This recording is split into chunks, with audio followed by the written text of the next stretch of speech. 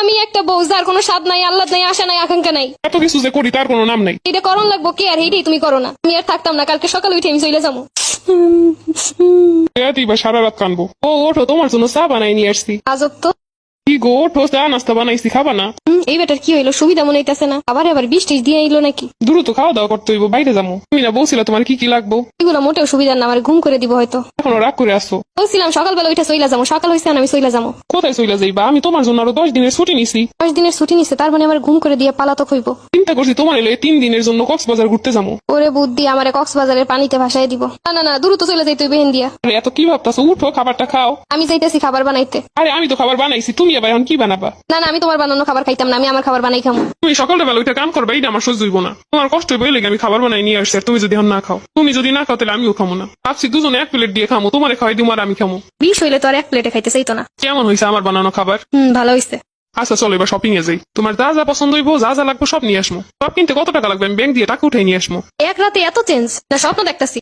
Bank দিয়ে টাকা তুইলাই না নাকি শপিং করাইবো? দিন গুতে বস টস করলো নাকি? কি গো, ওঠো, লেট হয়ে যাইতাছে। আজকে দুপুরে বাইরেই খাবো। এটা কি পাগল টাগল হয়ে গেল নাকি? ওই যে ফুচকা আছে, ফুচকা খাবা? বাপরে বাপ, ফুচকাও খাওয়াইতেছে। তোমার জানার কি কি খাইতে ভালো লাগে? এক রাতে এরকম চেঞ্জ হওয়ার তো মানে বুঝলাম না।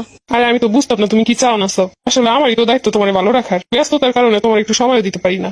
যেটুকু সময় পেয়ে তাতে তো ফোন টিপে শেষ করে ফেলাই। এত দরদার ভালোবাসা কোথায় ছিল এতদিন? এরকম সুবোধ দিয়ে তো ছিল। আরে ভাবছি এরপর থেকে তুমি যা চাও তাই করার চেষ্টা করবো। আমার এবার মাইরে টেরে ফেলানোর চেষ্টা করতেছো না তো? আরে তুমি এগুলো কি কো? আমি তোমার কেন মাইরে ফেলামো? তোমার মাইরে ফেলালে আমি কি বাঁচবো? তুমি কি খাবা? কি আজকে বলবা না রেস্টুরেন্টে শুধু শুধু টাকা খরচ না করে বাসায় বসে কিছু বানাই খাই? রেস্টুরেন্টে বাসি পচা খাওয়ান লাগবো না? তোমার শরীরেরও তো একটা রেস্ট আছে। তোমারও তো রান্না করা খাবার খাইতে ইচ্ছা করে। এইগুলো কি স্বপ্নে দেখতাছি? আসলে আমি তোমার সময় দিই না, তুমি রাগ করবা না তো কি করবা? আজকে থেকে তোমার মনের মতো স্বামী হওয়ার চেষ্টা করবো। পরিবর্তন দেখে যতটা না খুশি হইতেছি তার থেকে বেশি হতভম্ব হইতাছি। এই না, এগুলো অর্ডার দিছি। আরে এত অল্প? ভালো কিছু অর্ডার দাও। মার্কেটে আসলে এত কিপটামি করতে 1 প্লেট ফুচকাও খাইতো না, আর 1000 টাকার অর্ডার করার পরও এগুলো বলতাছে। চিন্তার বিষয়। আচ্ছা, ও আবার চেঞ্জ হয়ে যায় না তো কারোর সাথে? হুবহু ওর মতো দেখতে কেউ আসছে আর ও চলে গেছে। তীরটাও তো একই জায়গায় আছে, তাহলে বেটার হঠাৎ করে হইলোটা কি? তোমার না নতুন মডেলের একটা মোবাইল পছন্দ হয়েছে? আরো 4 মাস আগে বলছিলাম। চলো আজকে ওইটা কিনি। না না না, এখন আর ফোন কিনবো না। এমনিতেই যা করতেছো তাই মানতে পারতেছি না, আবার মোবাইল কিনে দিলে সেটা তো মানতেই পারবো না। যারে বাজার করানোর লেগে বলা লাগে 3 দিন বৈশা, আর সে নিজে থেকে এখন আমার এইটা সেটা কিনে দিতে চাইতেছে। তুমি কি আমার টাকা দিয়ে কিনতে চাইতেছো? আরে না, এগুলো তো আমার কর্তব্য। আমার সামর্থ্য অনুযায়ী যা আছে তাই তো তোমার পূরণ করা আমার দায়িত্ব। শোনো, আমি তোমার কাছে শুধুমাত্র একটু কেয়ার চাইছিলাম। সারাক্ষণ তো তুমি মোবাইল আর তোমার জব নিয়েই ব্যস্ত। আমি যে একটা মানুষ, আমার যে জীবনের একটা ভালো লাগা খারাপ লাগা আছে সেটা তো কারো বোঝা উচিত। সারাদিন বাসায় একা থাকি, অফিস থেকে আসলে আমারও তো একটু গল্প করতে ইচ্ছা করে। হ্যাঁ, এর জন্যই তো ভাবছি এখন থেকে তোমার সময় দিব। মোবাইল তো কম টিপো না, ভালো ভালো হাদিস শোনো না। কত হুজুর আছে যারা স্ত্রীদের নিয়ে অনেক সুন্দর সুন্দর হাদিসের কথা বলে। হ্যাঁ শুনি তো।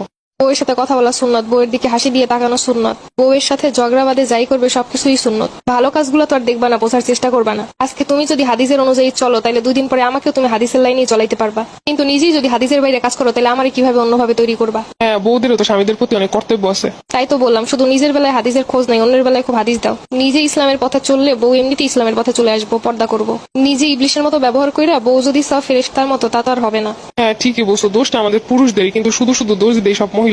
ভুলটা এতদিন আমারই ছিল। মনে রেখো, আমার সাথে যত খারাপ ব্যবহার করছো, যাই করছো, অবহেলা করছো, আমি যতদিন ক্ষমা না করবো ততদিন পর্যন্ত তুমি সেই পাপ থেকে বের হইতে পারবা না। আমি তো মাত্র চেষ্টা শুরু করছি তোমাকে ভালো রাখার জন্য। এতদিন কইছিল তো ভালো রাখা? এতদিন তো বুঝতে পারি নাই, কিন্তু যখন থেকে বুঝতে পারছি তখনই তো তোমার কেয়ার নেওয়া শুরু করছি।